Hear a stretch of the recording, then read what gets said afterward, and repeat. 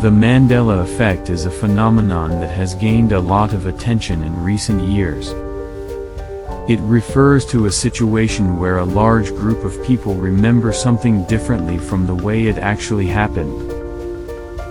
One of the strangest testimonies of the Mandela Effect is the case of Fiona Broome, who is often credited with coining the term Mandela Effect. In 2010, Broome was attending a conference when she mentioned to a group of people that she remembered Nelson Mandela dying in prison in the 1980s, despite the fact that he was actually released from prison in 1990 and passed away in 2013.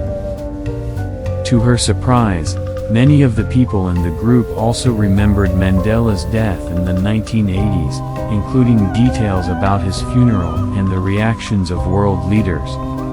Broome was shocked to find that there was no record of Mandela's death in the 1980s, and she began to research the phenomenon. She found that many people around the world shared similar memories of events or details that did not align with historical records or accepted reality. Broome's testimony is particularly unusual because she was not alone in her memories, and her experience helped to spark a larger discussion about the Mandela Effect. Overall, the Mandela Effect is a fascinating and mysterious phenomenon, and the strange testimonies of people like Fiona Broome serve to remind us that our perceptions of reality are not always as reliable as we might think. The Mandela Effect has been explained in a number of different ways. Some people believe that it is evidence of alternate universes or parallel dimensions, while others see it as a product of false memories or the power of suggestion. Still, others suggest that it may be a result of deliberate manipulation or propaganda. One of the most famous examples of the Mandela Effect is the Berenstain Bears. Many people who grew up reading these children's books remember the family's name as Berenstein with an E instead of Berenstain with an A. Similarly, some people recall the famous line from Star Wars, "Luke, I am your father," while in the actual film, the line is "No, I am your father." These examples have led some to question the nature of memory and the accuracy of historical records.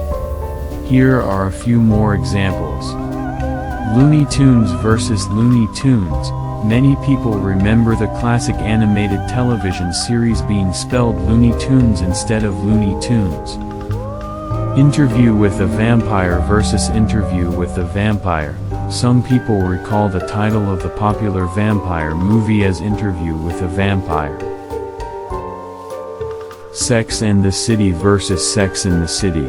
Many fans of the popular television series remember the title as Sex in the City. The Flintstones versus the Flintstones. Some people remember the beloved animated television show as the Flintstones, while the correct spelling is the Flintstones. Jif versus Jiffy. Some people recall the popular brand of peanut butter being called Jiffy instead of Jif. Oscar Mayer versus Oscar Mayer.